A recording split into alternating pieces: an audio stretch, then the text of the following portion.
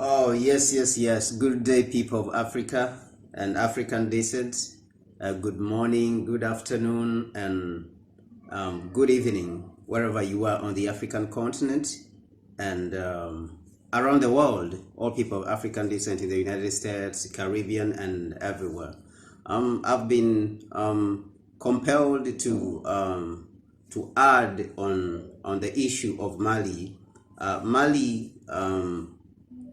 Recently had a problem which started in 2020, whereby there was a coup d'etat that happened in Mali.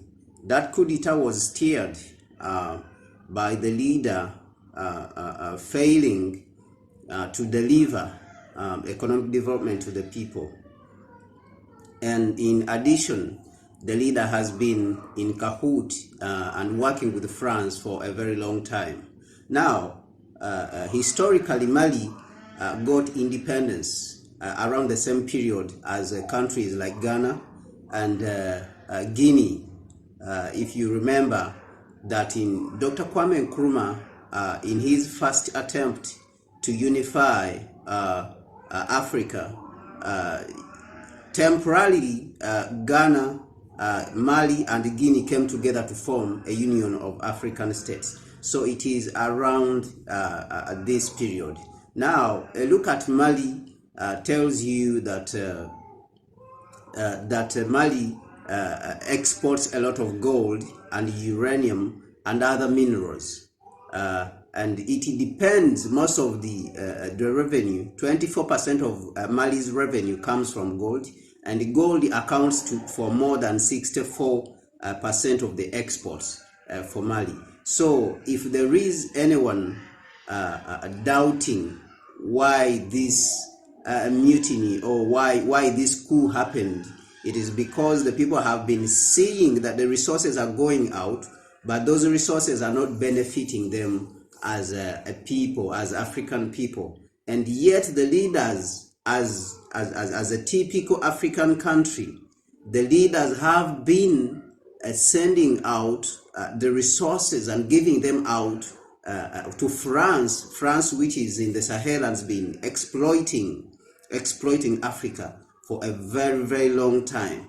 So the leaders have failed in their task of looking after their people, and they have resorted to look after France and its interests, and then themselves. So this is what brought about this coup.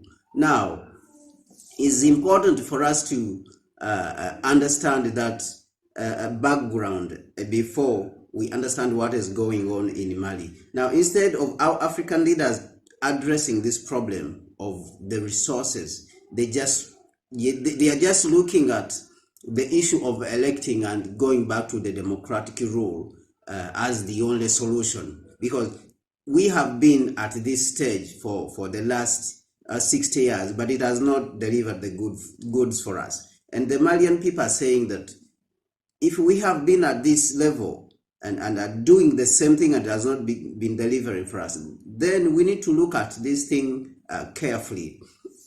There is a way democracy has been looked at as democracy in its sense of neoliberalism, of voting after maybe every 4 years. There is a way in Africa in which it has been looked at as the end in itself. By the end, I mean that it is the only thing that we are looking for. And yet, in the real sense of democracy and elections, the elections are supposed to deliver to us good leaders. So, this means that the good leaders, in turn, they should be able to deliver to us the good life which we want in the shortest time possible, without delay. So if democracy has not been able to deliver this, as you know, democracy in the sense of electing leaders every 4 years or every 5 years or every 7 years, it depends on the country. Like Senegal, I think they do it 7 years. And other countries 4 years, other countries 5 years, in Africa. So if this system has not been able to deliver the goods for us, I think that it is imperative that we start looking at this system, realistically, with a sharp eye and say, if the system has not been able to deliver, then we need to revise it. Okay, if we have to redesign a new system, like in Ethiopia, they have a different system of governance.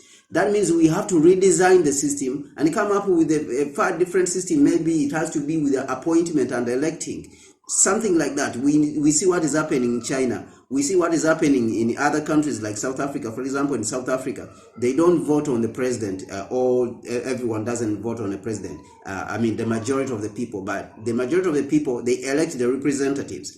And the representatives, they will go on and elect the president. So if we start looking at things which work for us and which would deliver, the goods for us, I think it will be very important. Now, the situation in Mali is important for us, to study this and understand what is going on there, instead of us coming and imposing sanctions as ECOWAS has done. So I think that the Pan-African body and the African world needs to come and attend to this situation before the African leaders and in ECOWAS, take it out and out of hand and misuse it and misjudge the situation, because according to their actions and what they have done, honestly, I think they have misjudged the situation out of fear that this will be replicated in their areas, in their countries, and so they want to put back the Malian people in this situation. The measures which they have decided to impose on Mali, as in sanctions, they violate actually the United Nations Human Rights Charter. They are a violation. If you deny people, food, access to food, this is a violation of human rights. Okay, so I think we need to do things which favor Africa and favor the masses. And this is where, as I have repeated again and again, Pan-Africanism and Pan-Africanists are supposed to come in and advise these ECOWAS leaders and leaders in other regions on what to do. Personally, I would think that the East African community, the South African development countries, the SADC countries, they should all come together, and Maghreb and North African countries and the AU, they should all come together, and this should be held in the form of a dialogue, not sanctions. Sanctions is a tool that has been used repeatedly by neocolonialism. So we cannot resort to the same tool. We cannot resort to the same tool and bring a lot of suffering to our people. They already don't have big lands in Mali where they farm. They are supposed to be depending on mining.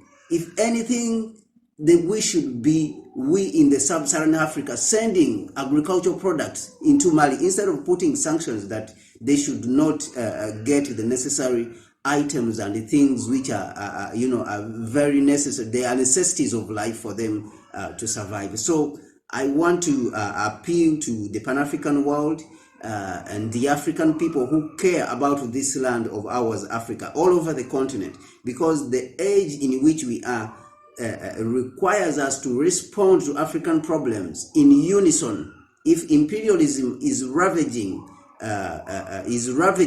for example, Libya, you should well know that within a short time, it will reach Mozambique, it will reach South Africa, because the terrorists will be allowed to move all over the continent. So it is imperative that we respond to these problems all over the continent in unison, wherever you are. If you are in Kenya and you're an African, you should be concerned about the affairs that are happening, everything that is happening in Mali. If you are an African in South Africa, you should be concerned about what is happening in Central African Republic, or what is happening in Mali, what is happening in Morocco or Algeria or Egypt, because all this is Africa. There is no Middle East in Africa. That should be made very, very clear that this land belongs to us. Cape Verde, all over Burkina Faso, everywhere, we Africans should be concerned about whatever is happening on every single corner of our continent.